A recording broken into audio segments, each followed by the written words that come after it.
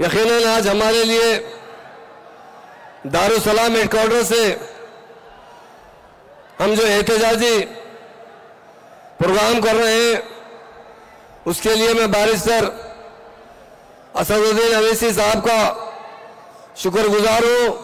ये आवाज़ दारुसलाम से पार्लियामेंट तक पहुँचेगी और जो कानून नाफिज किया गया है वह बोर्ड पर उसे वापसी पर हमारा एहतजाजी पहला जलसा है। आप सब जानते हैं वक्त तरमीमी कानून के नाम पर मुसलमानों को निशाना बनाने और औकाफी अर्जियात मसाजिद दरगाहों और ईदगाह को छीनने की नापाक साजिश की जा रही है। यही वजह है कि आज उम्मत मुस्लिमा वक्त तरमीमी कानून के खिलाफ एहतजाज कर रहे हैं। मुस्लिम पर्सनल बोर्ड की जानिब से वक्त तरमीमी कानून के खिलाफ आज का जो एहतजाजी जलसा हो रहा है उसमें हम सब शरीक हुए हैं।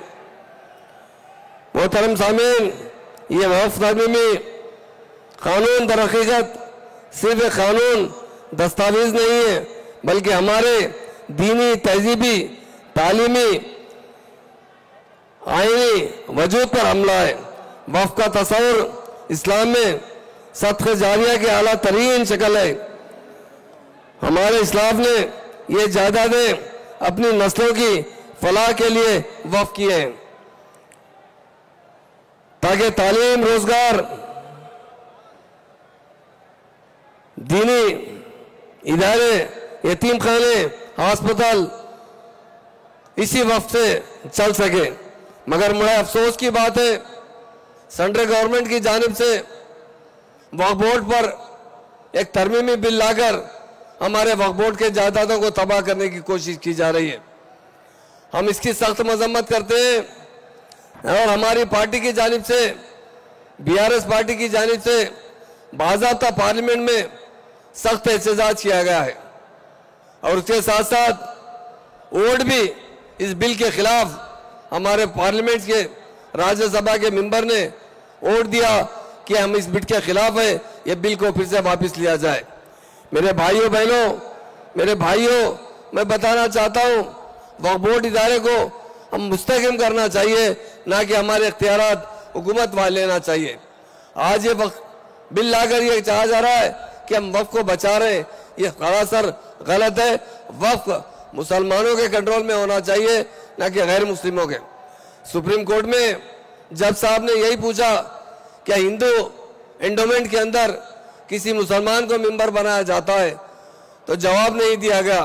मैं यही कहना चाहता हूं जहां पर वहां पर हमें मेंबर नहीं बनाया जाता तो वक्फ बोर्ड के इदारे में किस तरह गैर मुस्लिम भाइयों को मेंबर बनाया जाता है।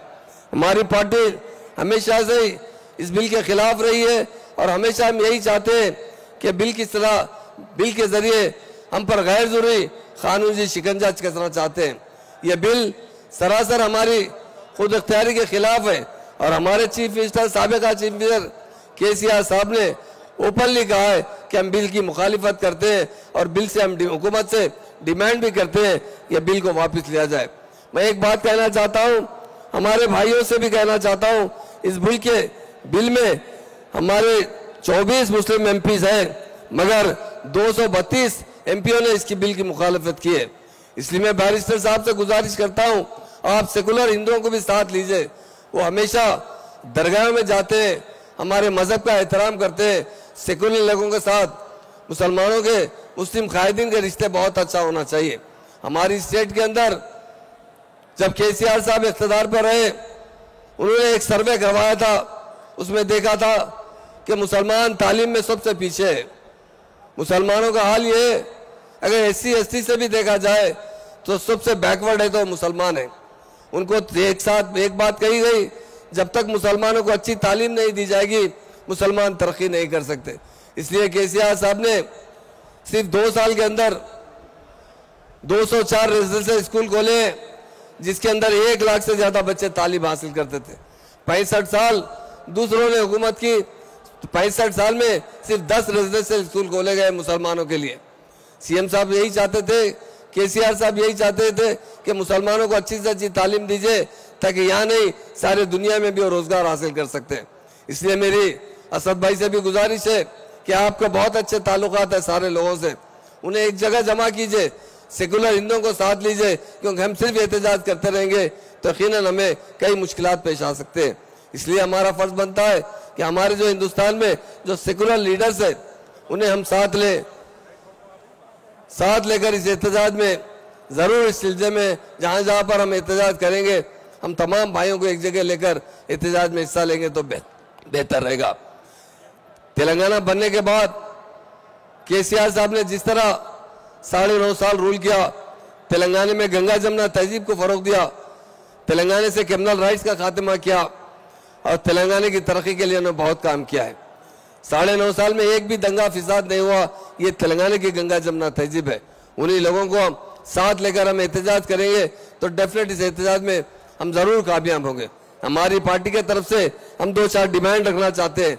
इसे हम चाहते हैं वक्त तरमीमी कानून को फिलगफूर वापिस लिया जाए, वह बोर्ड की आईनी और अदालती इख्तियार के साथ एक मुकम्मल खुद मुख्तार इदारा वक्फ बोर्ड को बनाया जाए, ना कि गवर्नमेंट को या कलेक्टर को या सेंट्रल गवर्नमेंट के कंट्रोल में जाए।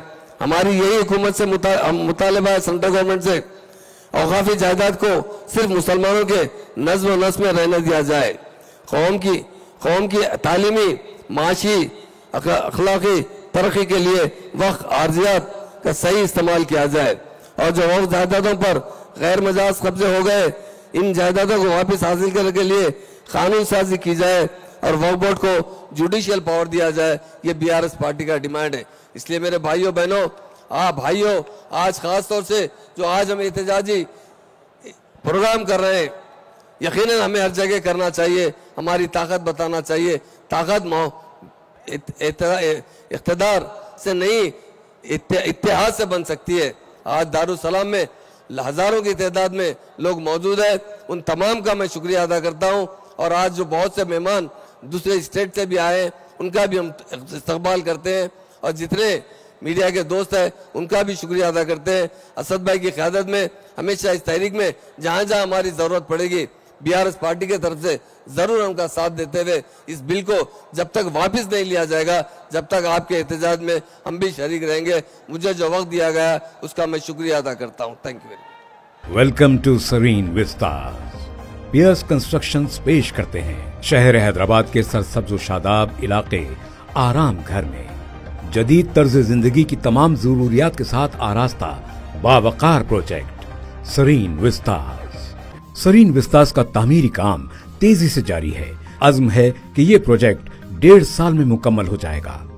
सरीन विस्तार सिर्फ 6,500 रुपए पर स्क्वायर फीट के हिसाब से एक बेमिसाल पेशकश फराहम कर रहा है। मजीद मालूमात और प्रोजेक्ट विजिट के लिए आज ही हमसे राब्ता कीजिए।